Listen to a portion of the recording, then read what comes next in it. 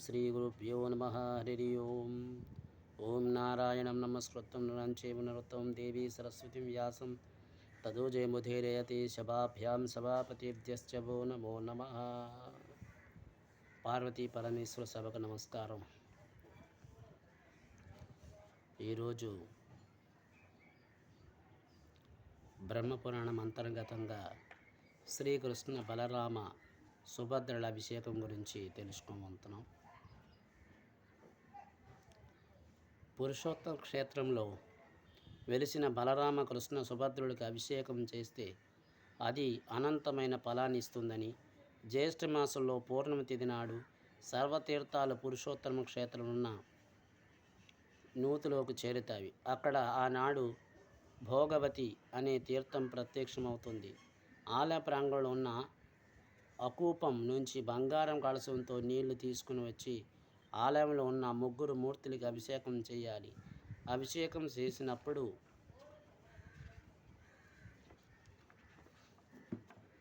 నమస్తే దేవదేవేశ పురాణ పురుషోత్తమ స్వర్గస్థితి అంతఃకృత దేవ లోకనాథ జగత్పతి త్రైలోక్యధారణి దేవం బ్రాహ్మణన్యాం మోక్షకారణం త్వాం నమస్వామి ఏ భక్త సర్వకామ ఫలప్రదని శ్లోకాన్ని చదవాలి. ఈ శ్లోకాన్ని పఠించిన వివిధ రకాల పుణ్యజలాలతో సుగంధ ద్రవ్యములతో శాస్త్రయుక్తంగా అభిషేకం చేయాలి.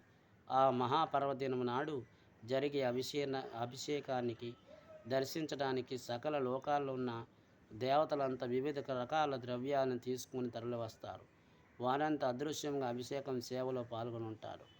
అభిషేకం పూర్తయిన తర్వాత ఋషులు, మునులు, సకల దేవతలు శ్రీకృష్ణుడికి అంటే జగన్నాథ స్వామికి మధురంగా ఎలా స్తోత్రిస్తారు. ఆ స్తోత్రం ఏంటో ఇప్పుడు చూస్తాం.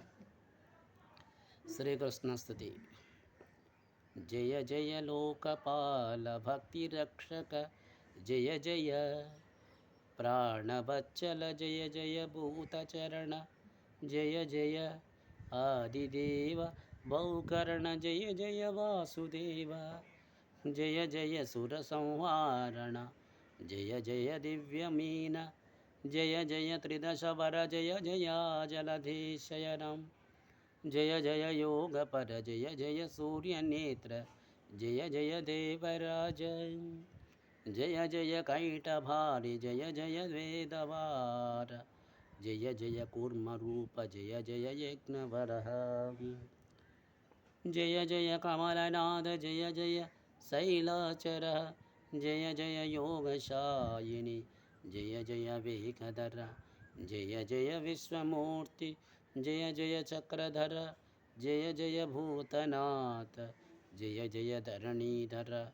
జయ జయ శేషసాయిని జయ జయ పితావహ జయ జయ సోమకాంత జయ జయ యోగవాస జయ జయ దహనవక్ర జయ జయ ధర్మవాస జయ జయ గుణనిధీన జయ జయ శ్రీనివాస జయ జయ గరుడగమన జయ జయ సుఖనివాస జయ జయ ధర్మకేతు జయ జయ మోహినీ నివాస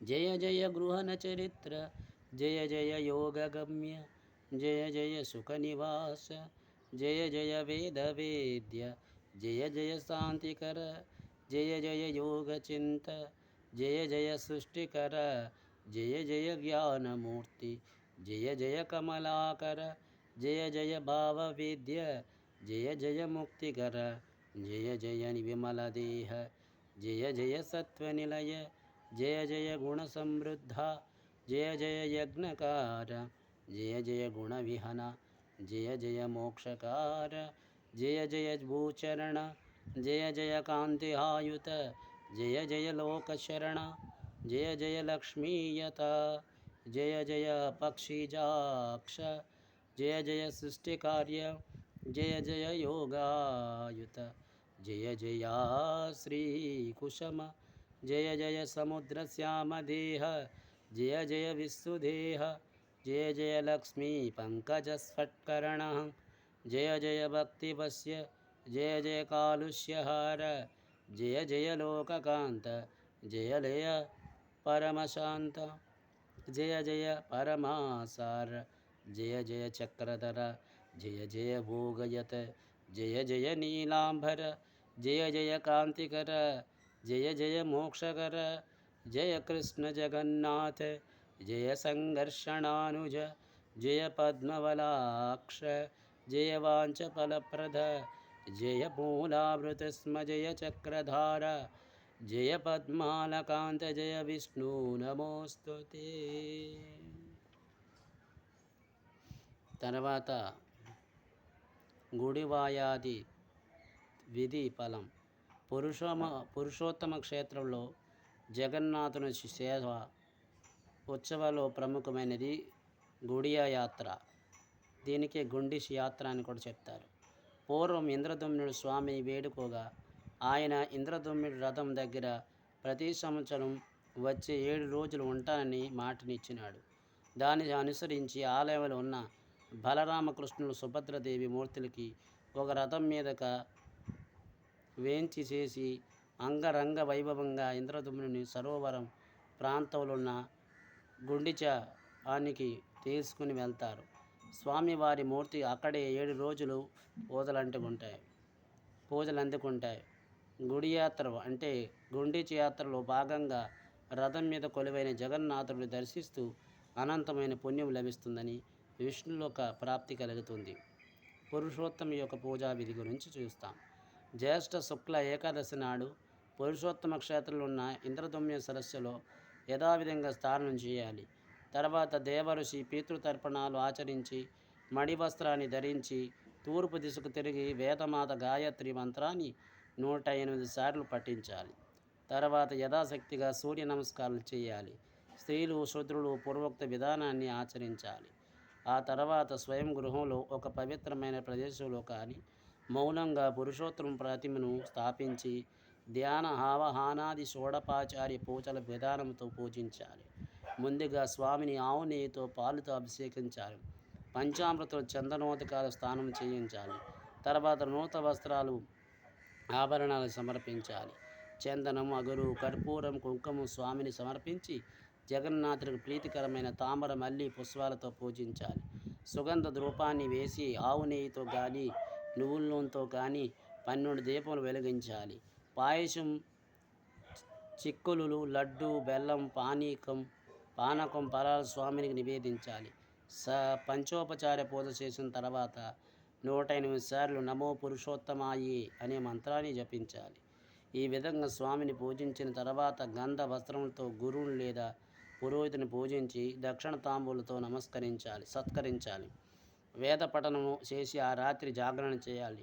జాగరణలో భాగంగా వాసుదేవ సంకీర్తన చేయించాలి. ఈ విధంగా శ్రీహరి దివ్యనామ సంకీర్తన చేస్తే రాత్రి అంతా గడపాలి. మరునాడు ఉదయం ద్వాదశి నాడు 12 మంది వేద ఇతిహాస పురాణ పరిజ్ఞానం ఉన్న పండితులను ఆహ్వానించి వారికి యథాయుక్తంగా హిరణ్య దానాలు చేసి వారిని పూజించాలి. వీటితో పాటు నీటితో నింపిన 12 కుండలను మధురమైన మోదకలతో అంటే లడ్డులు కూడి సమర్పించాలి.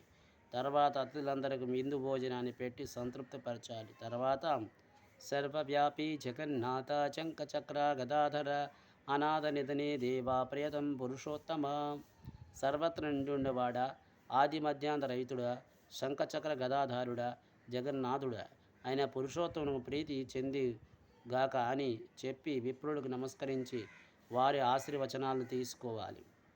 ఈ విధంగా జ్యేష్ఠ శుక్ల ఏకాదశి ద్వాదశి తిథిలో పురుషోత్తమును పూజిస్తూ అశ్వమేధ రాజసి యాగాలు చేసినంత పుణ్యఫలాన్ని పొందుతారు. తనతో పాటు తన పూర్వీకులందరూ తరింపజేస్తారు. ఈ పుణ్యఫలంగా ఏ లోకములు కాక పరలోకములు కూడా అనంతమైన సుఖభోగాలు అనిపిస్తారు. ఇది నేటి బ్రహ్మపురాణం అంతర్గతంగా శ్రీ పూరి క్షేత్రం అంటే పురుషోత్తమ క్షేత్రం ఒక మహత్యాన్ని కొంతవరకు తెలుసుకున్నాం. అలాగే తదుపరి కార్యక్రమంలో శ్రీ మహావిష్ణు లోక వైభవం, అలాగే అనంత వాసుదేవుడు వైభవం, అలాగే మనము కండు మహర్షి ఉపాఖ్యానం గురించి తదుపరి కార్యక్రమంలో తెలుసుకుందాం. అంతవరకు మంగళం కౌసలేంద్రాయ మహానీయ గుణాత్మే చక్రవర్తి తనూజాయ సర్వభౌమాయ మంగళం, ఉమాకాంతాయ కాంతాయ కామ్యప్రదాయని శ్రీగిరీశాయ దేవాయ బలినాథాయ మంగళం. సర్వం శ్రీ మామేశ్వర పాద పద్మార్పణమస్తు. స్వస్తి.